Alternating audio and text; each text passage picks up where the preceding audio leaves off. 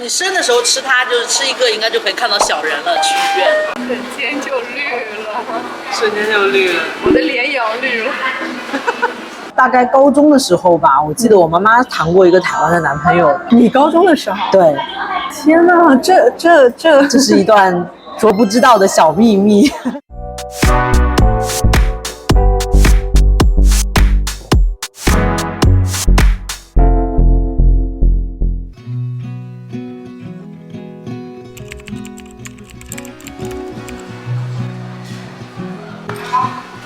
吃吃看，可以看一下哦，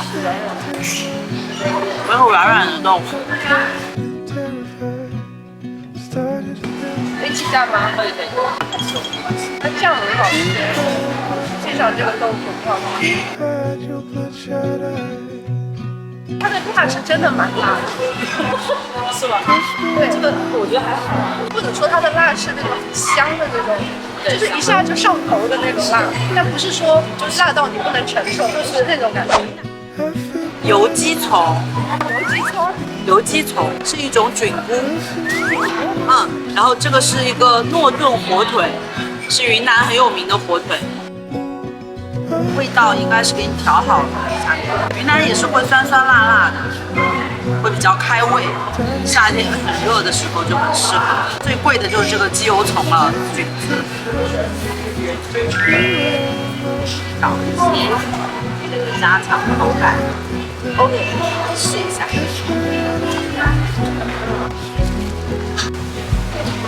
蛮清爽的口感，一点点辣。是菌子鸡油虫，应该算是一种很珍贵的菌类，所以价格不菲。加一点下来，是用油泡的，用油泡的。瞬间消失了一块，啥时候消失的呀？我都没注意到。是在这个炉里面现烤的，很薄，脆。回来的美食博主。这是什么？剑手青，就你生的时候吃它，就是吃一个应该就可以看到小人了，去医院。蛮有毒的一个菌子，但是炒完了很好吃。都是幻觉，吓不打我。没有毒，没有。看我俩推起轻一点，说他没有炒太熟。哇，这剑手青看着就很毒啊！这能吃啊？能吃，很好吃，超好吃。各种颜色，粉红剑手青、红剑手青、黄剑手青。我相信这不是你第一次吃，很香，快吃。这个先测试一下，有没有全熟。亲闺蜜，你让我测试这个菌子在生的时候，就是它是那种，就是你切开了之后，它就会变成青色，瞬间变成青色，很可怕。看一下这个剑手青有多毒，来，瞬间就绿了，瞬间就绿了，我的脸也要绿了。你知道观众们，我现在冒着我的生命危险来吃一下这个剑手青。有多好吃，要冒着生命危险来吃。它有股特有的香气，就是好像有一点像香菇的那种香气，但又比它更香一点。斑斓椰香，好喝。这家店真的可以，推！如果来杭州玩的话，推荐来这家云南餐厅，叫什么柴米锅是吗？柴米。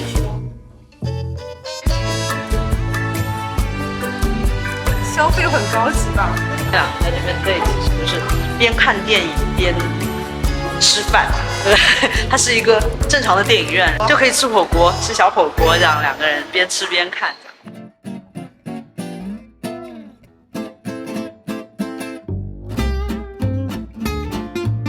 Hello， 要一起来分享一下这边的冰淇淋。这个主题嘛，不是这个主题，边吃冰淇淋边聊一下天。今天是自己一早自驾到这个杭州市区啊，然后我这一路开的真是惊心动魄，我感觉我好几次都要发生交通事故了。单向的车道并排的就5、6个，对吧？对。然后它就是很短的一个交汇的那个位置，左右互相交汇，我又不太认路嘛，虽然有导航，但是说你要往哪里过去的时候，我是整个人就很丑。我见到它的时候，我的手都是发软的。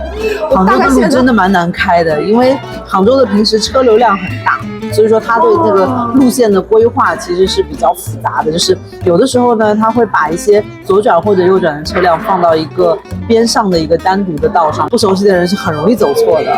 特别难开。然后我在台湾又没有开车，所以我也是有点手生了吧，技术上肯定是退化了，我整个人的手都会发抖。现在过2个小时，我觉得我稍微好一点，我还可以拿起镜头来拍了。大概高中的时候吧，我记得我妈妈谈过一个台湾的男朋友。你高中的时候？对。天哪，这是一段说不知道的小秘密。那个时候还是什么，就是 Skype， 然后就是这个 MSN， 这个 Messenger 那个时候用的那个，然后他们那个时候还在 Messenger 上面聊天。那你妈妈是我跟网友聊天？我有那个就是一个应该是表舅吧，就是那种就是稍微旁支一点的，我外婆的哥哥那一支，当时在那个战争结束的时候就去了台湾的。然后那边的话，他就是他们那一支里面有一个舅舅嘛，然后就还蛮热心的。后来两岸就是开始交流了以后嘞，我们就过来之后聊了天，然后就知道我妈妈的情况之后，就说哎，给我妈介绍一个对象这样，然后他们就加上联系方式，然后那个时候确实在 MSN 上面就开始聊天。好像做网友做了有2、3年，然后再见面。有见面，然后有见面就破灭了吗？没有，还好是叔叔就从台湾过来，然后来我们浙江这边看妈妈嘛。然后嘞，大概也住了一段时间的吧。以前的恋爱真的很精神恋爱，我看他们就是聊的还蛮就是soul mate 那种感觉了，真的。所以说其实见面之后就是就不太存在说什么破不破灭吧，就见面只有一种熟悉的感觉，我觉得是这样子。后来到底怎么样了？我应该怎么形容这个事情啊？小的时候不理解，我觉得谈恋爱不是就是跟着他去这样子啊，然后怎么可以就好像那个因为距离的原因，就我妈当时是给我感觉好像不敢去，不敢去台湾。现在长大了之后就觉得中年人的恋爱真的应该是很难谈，他会顾虑很多，就是儿女啊，那对方是一个没有小朋友，当时没有小朋友的叔叔嘛。你妈妈有你？我妈妈有我，然后他就会很放不下，说也不知道应该把我带去还是那个，而且从第一段婚姻跟我爸爸在一块的时候，应该也算是远嫁吧。因为那个时候他在浙江的台州嘛，然后到湖州这边交通非常不方便，然后大概过来要大概1天1夜就坐那种车，要坐很久的车。现在很快了，现在很快了，但是那个时候确实是蛮不方便的。所以说当时外婆呀、外公啊，大家虽然很疼这个小女儿我妈妈嘛，但是就没有办法到身边来。所以说这种距离的感觉，我妈妈可能也很害怕。我当时还小，我当时大概初中、高中吧。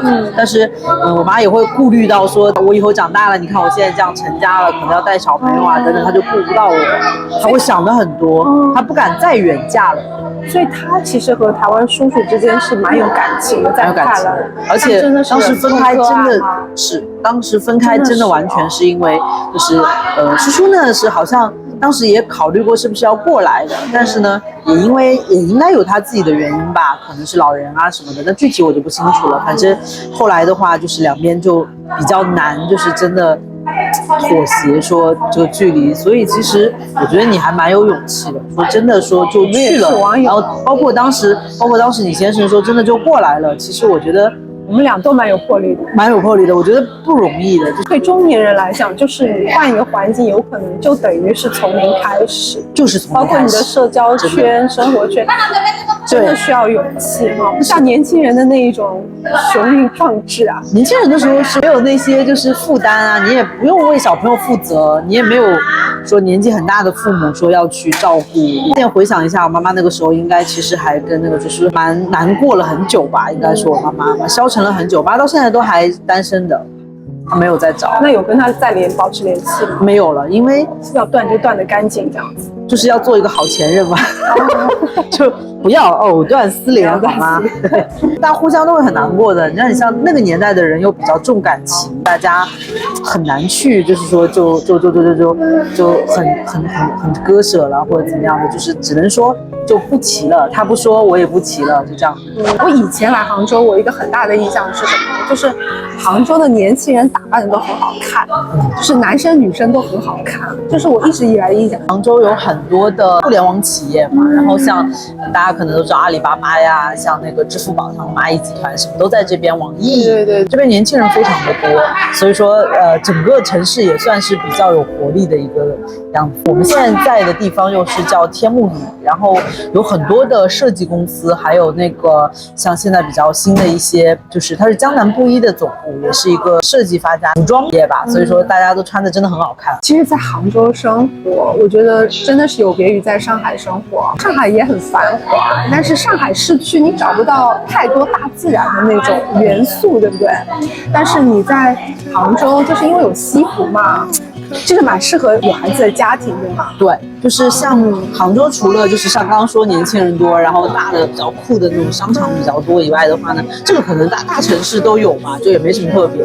但是呢，杭州的正中心是一个西湖，整个在那边，然后面积也很大，然后人文的景色也很多啊。西湖沿周边的话，在稍微边上一点就是它的那个是龙井，就是西湖龙井的产地那边龙井村，然后这整个的这个就是一个山里的，就是说真的是有那种类似于比较原始的状态的山的，周边的那些城市的氛围，再加上正中间的这种一个自然的一个区域的话，我觉得小朋友们就是像周末我们去商场也方便，去爬爬山啊也很方便，所以杭州其实还蛮适合生活。今天真的是好吃、好看、好逛，然后也聊了一些中年人的话，没有中年人的感情算问题，对不对？两岸的这个情感故事也是不容易的，也欢迎大家可以来杭州看看走走，对，保留了江南水乡又有现代化的一面。今天影片就到这里了，我们下期再见哦，不见不散，拜拜。